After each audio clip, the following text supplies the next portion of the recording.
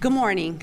I want to welcome Mayor Lightfoot, CEO Jackson, Alderman Burnett, and all of you to William H. Brown STEM Magnet School, where I believe our students are smart and capable of greatness. Our mission is to inspire our students by providing a rigorous STEM curriculum that prepares our students to be great collaborators, great communicators, and great problem solvers in a global environment. My name is LaToya Lyons, and I am the principal of William Brown, and I have been the principal since 2017. As a principal, your school becomes your second home, and it certainly hasn't been the same here this past year without our students walking the halls and lighting up our classrooms. I am extremely excited today to start welcoming back our pre-K and cluster classrooms with our students here at William H. Brown, and I know my staff is too. Our parents have stepped up in so many ways over the past year by having a larger role in their child's education than ever before. And it is a blessing to be able to serve them and their students again here in our building. I want to wish all of the students returning to school, both here at Brown and across CPS, Chicago Public Schools, a very happy and safe first day back. And now I'd like to turn it over to Alderman Burnett, who will share a few words.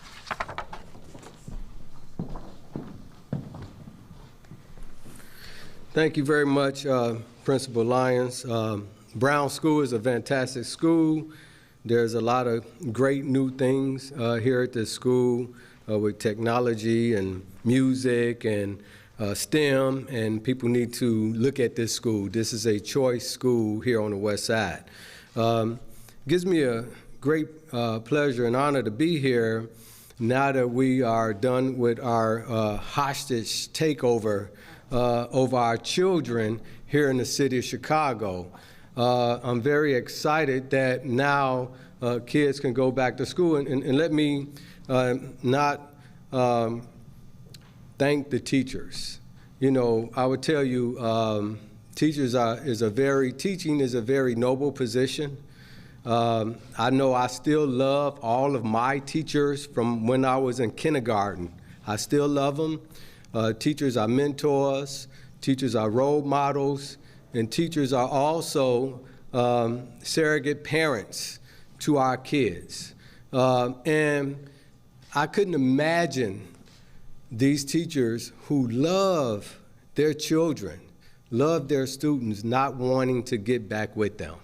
So I knew once they let this out to all of the teachers' population, I knew that the teachers would say, we want to get back in the classroom with our kids because they truly love their kids. I'm a former LAC representative at this school. I know the teachers at this school buy the kids clothes, feed the kids. They do everything for the kids at this school because they love them. And I know a lot of teachers felt real bad not seeing their children.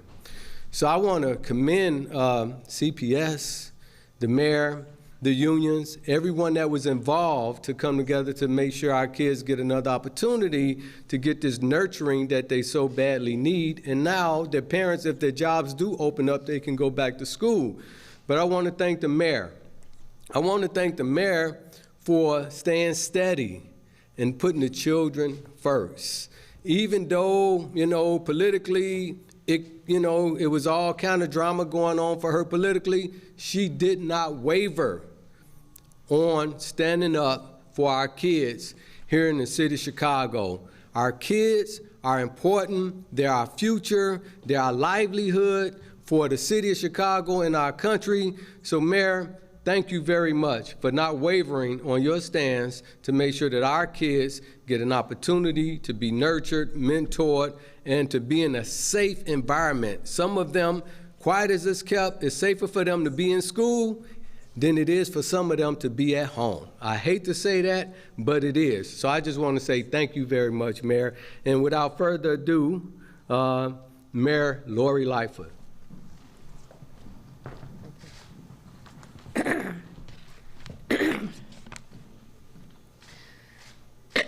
Walter, you once again almost made me cry.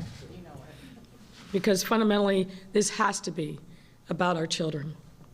Being here today and seeing the just pure joy on the face of our youngest learners, seeing how our cluster students were getting the kind of assistance that can't be provided anywhere but through in-person learning, it reminds me it's always about our children. So good morning, everyone, and thank you for being here. Aside from Alderman Burnett, I also, too, want to recognize and give my great thanks to Chicago Public Schools CEO Janice Jackson, Chief Education Officer LaTanya McDade, and our principal of the school, LaTanya Lyons. What I saw this morning is truly a reminder why we fought so hard to get our kids back in class, as the Alderman said, in a safe and nurturing school environment with clean, well-ventilated classrooms, ample social distancing, and plenty of PPE and hand sanitizers. Nothing beats seeing classrooms filled with teaching materials, the bright colors that we all remember from our own elementary school experience that students simply can't replicate at home. Teachers engaging with their students in ways that are impossible to reproduce online. And above all, excited students who are thrilled to be here. We were in one classroom and lots of Magna blocks that were building up little buildings and skyscrapers. They were very excited to be back in a classroom. And I'm equally thrilled to witness their excitement firsthand. This is the kind of thing that fuels me and gives me energy and hope and resolve. To know students just like them are also experiencing the same joy today, thanks to our public schools reopening for pre-K and cluster students. But as important as this moment is toward fully reopening and returning our city back to a sense of normalcy for the students, for the teachers, for the whole school community, and for the parents, it is also a critical inflection point that urges us to come together, reflect on these past 11 months, and reimagine our path forward. This path forward must be one of recovery and healing, not just for our businesses and our economy, but also for our kids, who we all know have been dramatically impacted over the course of this long, torturous year. I know that firsthand as a parent of a 12-year-old who's really struggled through these 11 months. We have all the resources in the world to support remote learning in our household, but still, it's not the same as going back in person and being with your classmates and engaging in the stated and unstated social and emotional learning that is absolutely intrinsic to being well educated and well-rounded. Our fight to maintain our kids' access to high-quality in-person instruction they deserve is one that is and will always remain rooted in our values of equity and inclusion. We owe it to these students and their families to create a public school infrastructure that ensures their social, emotional, and educational recovery well after this pandemic is over. And the first step in creating that infrastructure is giving our families options to come back for in-person learning. Reopening our schools for in-person learning gives them a fighting chance to end this school year strong with the tools they need to heal, recover, and move past this moment. It gives us an opportunity to restore the structures and relationships that are foundational to our ability to know what's going on in their lives, to support them and to love them, and make sure that they have the tools that they need to realize their God-given potential. I've said this before, but it bears repeating. The school system, our public school system, is the spine of our city. Every neighborhood in our city revolves around the ecosystem of the local neighborhood schools. And a healthy, vibrant, stable, and nurturing public school system is a key barometer of the present and future outlook for our city. Now, with that in mind, I want to give a huge thanks again to Dr. Jackson, Chief McDade, and the entire team at CPS. You can give them all love. They have been through so much in this struggle. and will continue to be the steady hand at the wheel as we move forward to the next steps and the next challenges. Because this milestone, while important, is just a marker on a longer journey. And that journey continues. And that journey has to involve putting our kids first, always. First, our children. We can never lose sight of that important mission. You know this. Societies are judged by how they treat the most vulnerable members of their community. And our children rely upon us to chart the path for them. We cannot leave them to the side of the road. We cannot forget how important it is that we invest everything to support them. This is what this fight was about and what it will continue to be about. Anybody who talks to you about something related to Chicago Public Schools or any school system and doesn't say the words child, children, students in the first sentence, they are revealing their truth. Because it must be about our children, always. Let me also thank Principal Lyons and the other principals, vice principals, teachers, custodial workers, and my favorite, the lunchroom workers, security guards, and other school staff who have been here every single day and never left. Never left. They stayed here to support these schools and our children. They deserve our thanks. Many of them are people of color. Many of them are women who sacrifice every single day. They are always going to be the unsung heroes, but I am determined to make sure I lift up their contributions and their sacrifices, because we would not be here in this moment without them. So to them, I say thank you. All of the people in our school community, including our teachers, as Alderman Burnett said, who love their students, who sacrifice for their students. All of them. Your grit, your determination, passion, and resiliency is what made this moment possible. And it's thanks to the entire school community that we were able to take this momentous step forward on our journey of renewal and recovery, a journey that I promise you to be standing shoulder to shoulder with all those who love our city and, importantly, all those who love our children.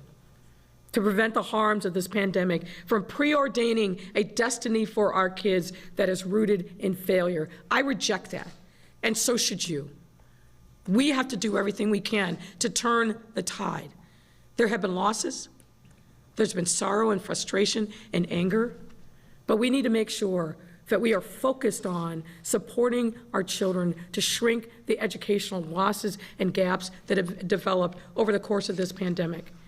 I hope you're with me, because I will be leading that fight, the fight for our children's future, unapologetically, at all costs, because this is about our present and our future, and we have to be there for our kids. Let me welcome Dr. Jackson.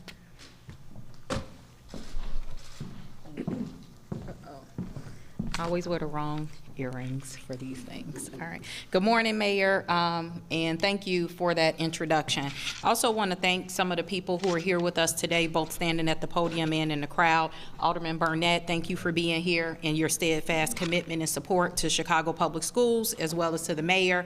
Our amazing administrators, Chief McDade is here, as well as Nikki Milberg, Network Chief, all of whom have been working extremely hard behind the scenes in order to make today a reality. So I want to thank you. I also want to thank Principal Lyons, as well as her teaching staff, who are representatives of thousands of teachers and educators across the system that have been working tirelessly to make sure that today, in the next few days, as we welcome students back, are a huge success. I just want to echo what the mayor said. It was extremely gratifying to return to classes today and excited to see students engaged in learning. Some of those same things that are tenets of the first day of school. I had one student showing me his new shoes. A student wanted to show off, that he could spell his name. And it's little things like that that all told, when you add it up, really speaks to the importance of this return to in-person instruction. We know for tens of thousands of students, K through 8 students in CPS, they are looking forward to returning to their classrooms. And I also know that our teachers were looking forward to returning to the classroom. I just want to say that I'm extremely excited that we were able to reach an agreement with CTU. I think there were a couple of themes that the mayor pointed out in her remarks that bear repeating. Renewal, recovery, and healing are extremely important, because now starts the hard work of returning to in-person instruction. We are doing everything within our power to make sure that this is successful. I also want to speak to families about what's ahead. The first thing I want people to know is that our high school students returning to school is the top priority. I've received countless emails, DMs, and everything else from parents asking, when will high school students be able to return? And one of the things that we've committed to is using the framework that we have with CTU in this agreement to reopen our high school. So we're beginning those discussions with CTU, and one of the things that we're committed to is providing much more transparency and collaboration with our parents in order to do that. That started last night when Mayor Lightfoot, Dr. Arwady, and I hosted a town hall to answer questions directly from parents across the city. And I think that we have to do more of that. I've heard good feedback from parents about the information that was shared, but we really want to make sure we break through the noise and speak directly to parents about what are we welcoming your students back to. Parents really want to know. I want to encourage parents to continue to engage directly with the schools. Our teachers and principals have the information, and they look forward to discussing that with you and assuaging any concerns that you may have. I do want to remind people that we have put in place several mitigation strategies to protect students as they return to in-person instruction. I also want to say that we're excited about the fact that we have also started our vaccine program. Right now, we've offered vaccinations to over 8,000 CPS employees, which represents roughly 20% of our total employee population, and we will continue to do that in partnership with the city's Department of Public Health, because we do believe that that is one very important tool that we need to implement in order to make our schools as safe as possible. What I want people to know is that this will be a huge adjustment, and that we have to continue to work together in order to make sure that this is a success. But as the mayor has said time and time again, our schools are safe, and as our principals have said over and over again, we are ready to support in-person learning and looking forward to seeing our students come back to school. As a district, we're focused on equity. This return to in-person instruction has been focused on equity from day one. Today is a very important day because we've given more of our students and families an option that works best for them, and an option that they deserve. So with that, I'm excited about the future of Chicago Public Schools, excited to be on this road to recovery, and look forward to continuing to work collaboratively with all of our stakeholders. And with that, I'm happy to take questions. And Yana, if you could tell us who the question is for, that will help us. So. Yeah, absolutely. Hi, thank you. So the first question is going to be for you, Dr. Jackson. It's about remote learning. A lot of parents want changes to remote learning. They want more flexibility. There's ongoing concerns from special education parents and teachers who are concerned about what simultaneous learning will be like for students who are remote.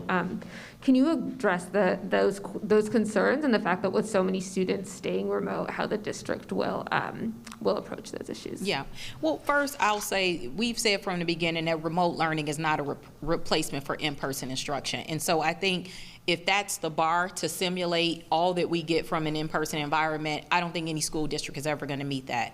With that said, we've invested tens of millions of dollars in order to make our remote learning program successful. That included devices, internet connectivity, and our teachers have been extremely creative. I've said this time and time again at this podium, things that I didn't even think were possible. People have been able to do in a remote environment. But our focus has to be on engaging our students throughout the day, and it's very difficult to do that in a remote environment. We know that many of our parents have still selected remote. We think that the program that we have in place, the curriculum that we have in place works. We know that we have a strong remote learning program, but the goal really is to have a return to in-person instruction as a school system. Some of the things that I have heard specifically around reducing class time, things like that, those are things that we won't commit to. We want our students in school more, not less. And so what we will do is make sure that our teachers get the training that they need from our teaching and learning department, which we've offered to thousands of teachers throughout this process and will continue to do so. But the focus has to be on maintaining the programs that we have in place, but also seeing a return to in-person instruction. Great, and just a follow-up on that. I think the concern that I'm hearing from folks is even kind of, I think most people will admit that in-person instruction is sort of the gold standard that they would like for their students. But with the fact that so many families are not coming back, can families who will be staying remote, or even kids who are going back and will be remote a couple days a week, can they expect any significant changes, or are there plans to make changes to Chicago's remote learning curriculum? No, there are no changes from a policy or logistical standpoint with remote learning that are on the horizon. We are working with our teachers to make sure that they are adapting to simultaneous teaching, because that is a new process. That's a new method that school districts across the country and world are using when you have kids in person and kids at home. But I want to be clear. Remote learning, I think we have a strong system. I think it's as strong as it can get, but it's no replacement for in-person instruction. And I also think we can't focus on multiple things. We've heard from people that remote learning was great. They wanted to keep it. We know that there are things that need to be adjusted. That's the same in any kind of a situation. But I think it's important to note that we've done everything that we can do to make this work. We've broken down all the barriers to access. We really have to start along this process of getting our kids back into the classroom. This next question is for you as well, Dr. Jackson. So family and teachers have spoken about the last few weeks as really divisive, just like a really painful time. How does the district plan to address just, I think, some of the difficulty of the last few weeks, especially as families will be weighing a fourth quarter return? Yeah. Well, I agree. I think it was an incredibly trying and difficult process. I think that, this was hard for a lot of reasons. There are a lot of emotions tied to COVID. There's a lot that we don't know about COVID, and I think that played into a lot of what was going on. But the mayor has made it clear in her speech, we've been making it clear that recovery and healing is a critical part of that. I know a lot of that is going to start at the local level. Our principals and teachers are going to lead on that. They've already started that work because there have been different opinions about return to school. But I think as a school system, speaking directly to parents is important, which is why the town hall was important last night, and more opportunities to talk directly to people so they can understand the decision making. They can ask questions about the decisions that are being made. I think all of those things will help. And then finally, continuing to bolster our SEL programming, social emotional learning. I think our students as well as our staff need a lot of support, not just on academics and how to do the work. We need to tap in and pay attention to people. And so that's something that we're committed to do. And I think that now that we have more space to focus on that, people should expect to see improvements. Thank you. This is also for you, Dr. Jackson. You said that you're worried about families, particularly who didn't respond to the opt-in form. There's been concerns more broadly about students who have disengaged entirely. Can you talk about how the district will re-engage those families or your efforts? And also, will it be possible to bring them back mid-year, or does that sort of mess with the safety structures that the district has in place? Well, right now, we're the people who opted in, I believe in December, are those that will be returning on the timeline that we have outlined. We will be announcing in the coming weeks our fourth quarter process for folks to opt in, and principals and network chiefs will be working directly with individuals, students that haven't been engaged in school. Those are the kids we're going to be doing direct outreach to and prioritizing and really making sure families know that school is reopened. When I talk to families about, remote learning or why they haven't sent their kids to school, many of them say, we'll send them back when you guys figure it out. We figured it out. And so now our doors will be open for the fourth quarter, and we'll be putting more information out about that in the coming weeks. No, let's do a couple more. Okay. This is a question about teachers in particular. A significant number of teachers did not vote in favor of the agreement, and Chicago is, as districts around the country, is facing a teacher shortage. Are you concerned that teachers and staff who voted against the agreement or who are concerned about returning will leave the district?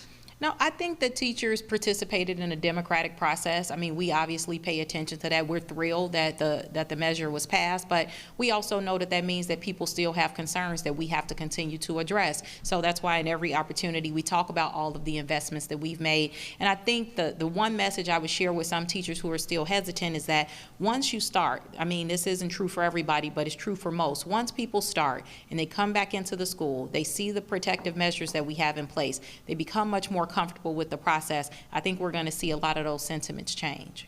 Great, thank you. Can I do two more questions for Mayor Lightfoot?